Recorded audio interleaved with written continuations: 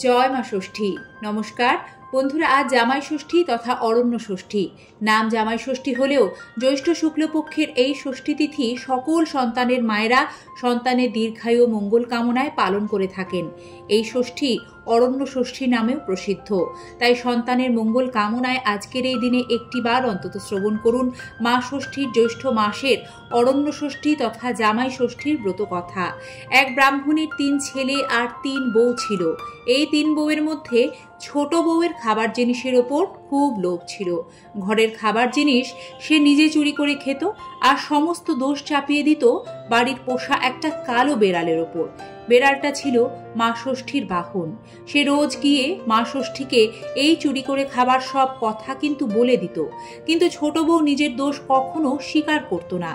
এমনি করে জ্যৈষ্ঠ মাসে শুক্লপক্ষের ষষ্ঠী তিথিতে অরণ্য ষষ্ঠী ব্রতের দিন এসে পড়ল।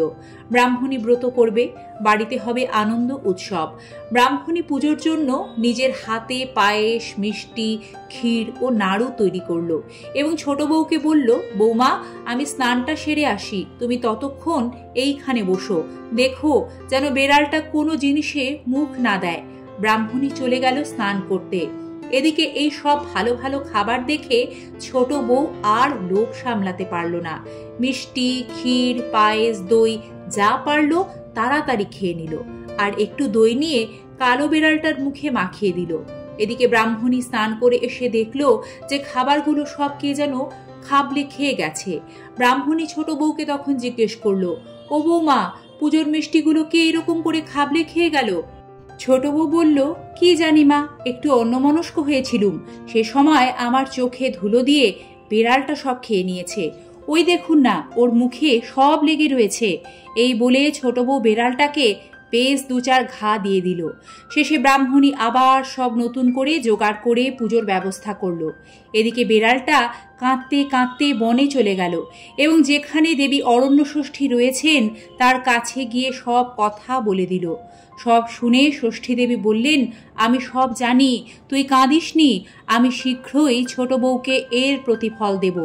এই ঘটনার কয়েক মাস পরে ছোট বউয়ের সন্তান সম্ভাবনা দেখা দিল এবং 10 মাস 10 দিন পরে সে ফুটফুটে সুন্দর চাঁদের মতো একটি ছেলে প্রসব করল।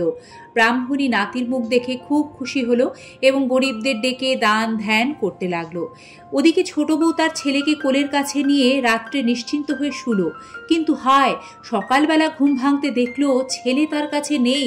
শাশুড়ি ও বউয়ের খুব ভাবনা হলো।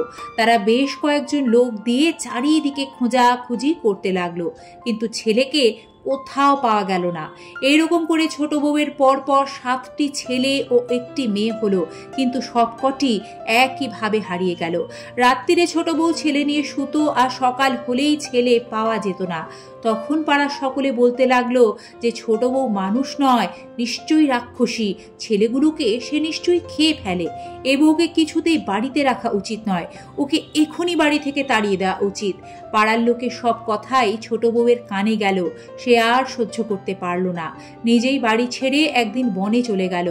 সে বনে গিয়ে কেঁদে কেঁদে বলতে লাগলো, আমার এ কি হলো মা ষষ্ঠী, তুমি আমায় 7টি ছেলে আর 1টি মেয়ে দিয়েও সব কেড়ে নিলে কেন মা? আমাকেও তুমি নিয়ে নাও, আমি একদিনও আর বাঁচতে চাই না। ছোট বউকে এইভাবে আক্ষেপ করতে দেখে মা অরণ্য ষষ্ঠীর দয়া হলো। তখন তিনি এক বুড়ির রূপ ধরে তার কাছে এলেন।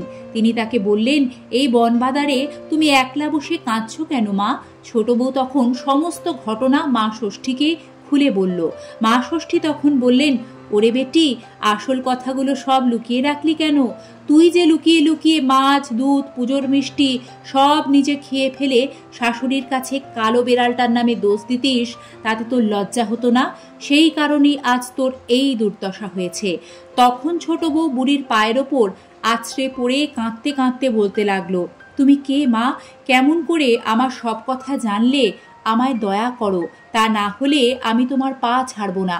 মা ষষ্ঠী ছোট বউয়ের কাতরতা দেখে বললেন, বাছা, আমি মা ষষ্ঠী, পৃথিবীর লোক যা করে আমি সব জানতে পারি।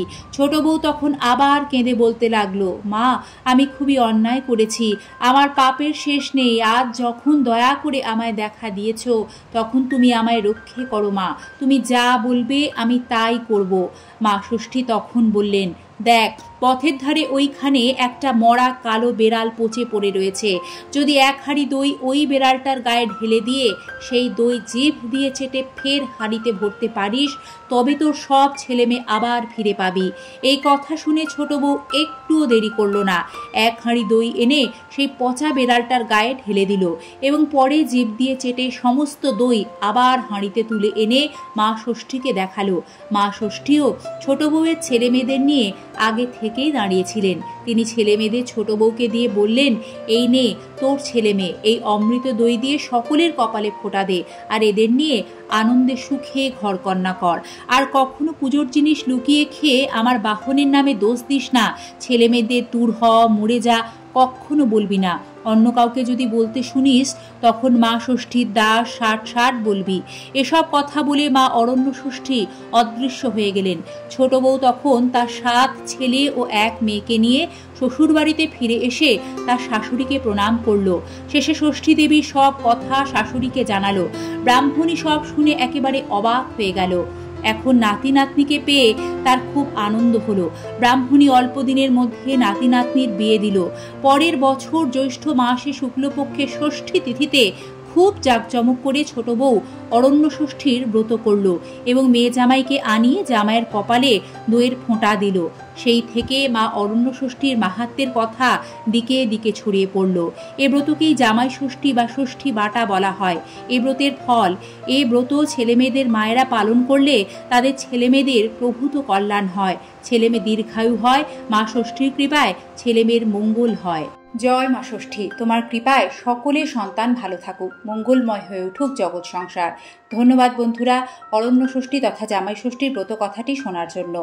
মায়ের এই মহিমা সকলের মাঝে যাতে ছড়িয়ে পড়ে, চাইলে আজকের এই ব্রত কথার ভিডিওটি শেয়ার করতে পারেন। ভালো থাকবেন, নিয়মিত এই ধরনের ভিডিও দেখতে সাথে থাকবেন।